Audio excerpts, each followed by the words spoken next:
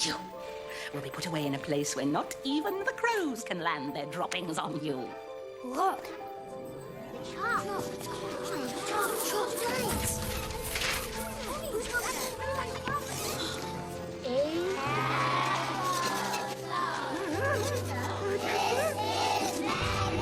A 6-year-old girl stares at a glass of water. Her eyes burn with concentration, and the glass tips over without anyone touching it. But this isn't some random magic trick. This little girl just unlocked a power that's about to bring down the most terrifying school principal you've ever seen. And trust me, this principal deserves every bit of what's coming. But to understand how we got here, let's go back to the beginning. Matilda is born into a family that couldn't care less about her. Her father, Harry, is a sleazy used car salesman who cheats customers for a living. Her mother, Zinnia, spends her days playing bingo and watching trashy TV, and her older brother, Michael, is basically a carbon copy of their parents. The Wormwoods are so wrapped up in their own shallow lives, they barely notice they even have a daughter. But here's the thing, Matilda isn't like them, not even close. By the time she's 2 years old, she's already learned to take care of herself. While her brother goes to school and her dad goes to scam people and her mom heads off to bingo, little Matilda is left completely alone at home, and she doesn't cry about it, she thrives. By the time she's 4, she's read every magazine in the house. One night, she works up the courage to ask her father for something she desperately wants, a book. And Harry's response? He tells her that TV has everything she could ever need. Now at this point, any normal parent would encourage their kids' love of reading, but the Wormwoods aren't normal parents. They're genuinely awful. So Matilda does what Matilda does best. She handles it herself. The very next morning, she walks 10 blocks to the public library, all by herself. She's 4 years old, walking alone through town, and nobody even notices. That's how invisible she is to her own family. She starts devouring books, one after another after another. She tears through the entire children's section in weeks. Then she moves on to adult literature, Charles Dickens, Herman Melville. The librarian, Mrs. Phelps, watches this tiny girl with fascination and helps her get her very own library card. Soon, Matilda is hauling stacks of books home every day. This kid is reading at a college level before she even starts school. And the books give her something her family never could, a message that says, "You are not alone." But here's where things start to get interesting. One night, Harry makes Matilda sit down while he brags about how much money he made ripping off customers. He rattles off numbers, buy prices, sell prices, and before Michael can even finish writing them down, Matilda blurts out the total profit, instantly, in her head. The number is $10,265, and she's right. Harry's reaction? He calls her a cheater. Then he says something that changes everything. He tells her that when a person is bad, that person needs to be taught a lesson. He means to say child, but he says person, and Matilda takes that to heart. If her parents are going to treat her like garbage, she's going to fight back, and fight back she does. She swaps Harry's hair product with peroxide, turning his hair blonde. Then she superglues his hat to his head. The whole family goes out to a fancy restaurant, and Harry can't take the hat off. It's literally fused to his skull. Zinnia tries to yank it. Michael tries to help. Nothing works. The man is sitting in a 5-star restaurant with a hat glued to his head, turning red with rage. And honestly, it's one of the most satisfying things you'll ever see. But Harry doesn't learn his lesson. He doubles down. He screams at the family. He demands total obedience, and he forces everyone to watch TV together every night, no exceptions.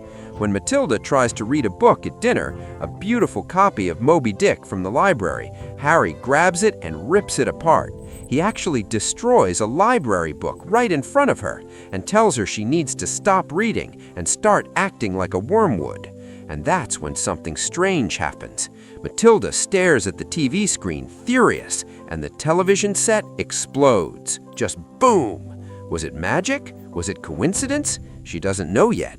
But what she doesn't realize is that this is just the beginning of something extraordinary. Meanwhile, Harry sells a lemon of a car to a woman named Agatha Trunchbull, the principal of Cruncham Hall Elementary School. And as part of the deal, he casually mentions Matilda, calls her one mistake. Trunchbull loves that attitude. She hates children, all children, and she runs her school like a military prison. The next morning, Harry ships Matilda off to Cruncham Hall. She's thrilled. She's always wanted to go to school. She imagines a beautiful building with flowers and swings. What she gets instead is a nightmare. Trunchbull is a former Olympic athlete, shot put, javelin throw, and she uses those skills on the students. She grabs a little girl named Amanda by the pigtails and literally hurls her over the school fence like a hammer throw. She locks kids in the chokey, a tiny closet lined with broken glass and nails. This woman is absolutely unhinged. But Matilda's teacher, Miss Honey, is the complete opposite. She's kind, patient, and genuinely cares about every student. On Matilda's very first day, Miss Honey discovers that this tiny girl can multiply 13 times 379 in her head, instantly. The answer is 4,927. Miss Honey is stunned. She visits the Wormwoods to suggest that Matilda be moved to an advanced class, maybe even prepared for college. Zinnia laughs in her face. Harry calls college a waste of time. They couldn't care less about their daughter's genius.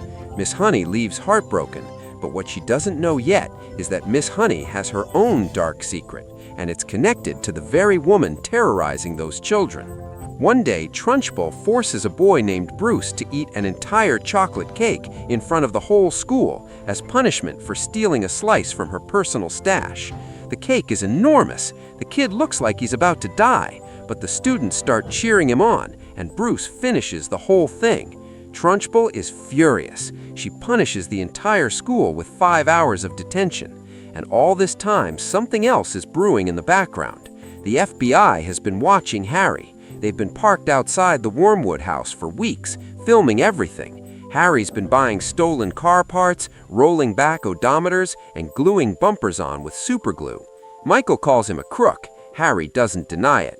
And Matilda? She's the only one smart enough to notice the FBI agents. She even confronts them, quoting constitutional law she read at the library, warning them they need a search warrant. She buys her dad some time. But it won't last forever. And this is where things take a very dark turn. Trunchbull visits Matilda's classroom. A student named Lavender sneaks a nuke into the water pitcher as a prank. When Trunchbull pours herself a glass and sees the newt, she immediately blames Matilda. She screams at her, she threatens the chokey, she says something chilling. "I'm big and you're small. I'm right and you're wrong, and there's nothing you can do about it." Those are the exact same words Harry used on Matilda. And in that moment, Matilda's rage reaches a breaking point. She stares at the glass. Her eyes get hot, and the glass tips over, crashing right onto Trunchbull. Nobody touched it, nobody was near it, but Matilda knows. She did it with her mind. After class, Miss Honey tells Matilda what happened.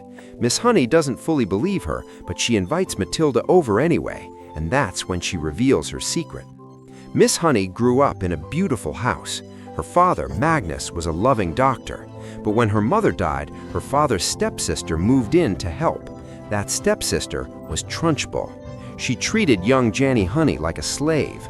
And when Magnus mysteriously died, the police called it suicide. Trunchbull took everything, the house, the money, everything. Miss Honey escaped as soon as she could, and now lives in a tiny cottage, paying rent from her teacher's salary, because Trunchbull still controls all her father's assets. But the real twist? Miss Honey doesn't believe her father killed himself, and neither does Matilda. Matilda convinces Miss Honey to sneak into Trunchbull's house to retrieve a beloved doll and a portrait that belonged to Miss Honey's parents. They break in while Trunchbull is out, but the woman comes home early. What follows is one of the most terrifying chase sequences you'll ever see in a kids' movie. Trunchbull tears through the house, screaming about rats and intruders, while Matilda and Miss Honey barely escape with their lives. After that night, Matilda makes a decision.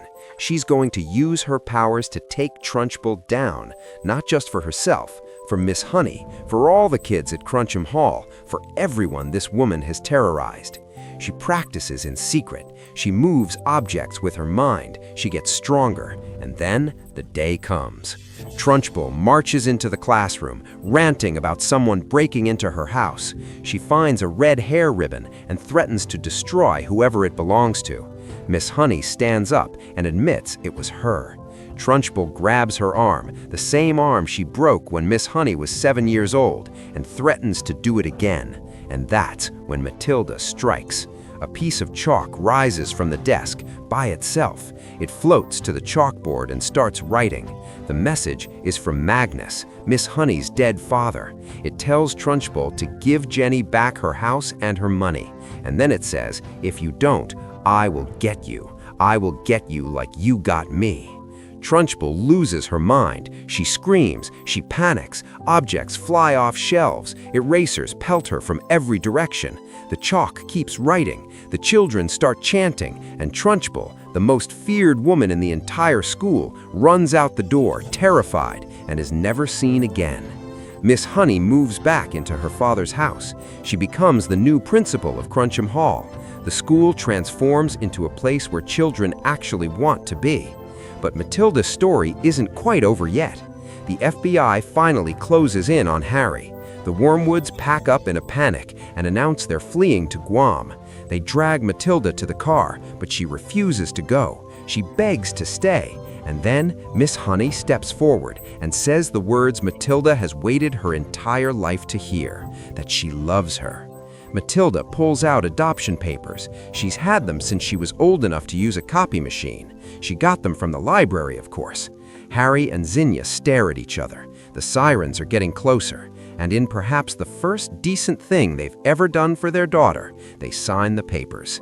The Wormwoods drive off into the sunset, and Matilda finally gets what she always deserved, a loving family.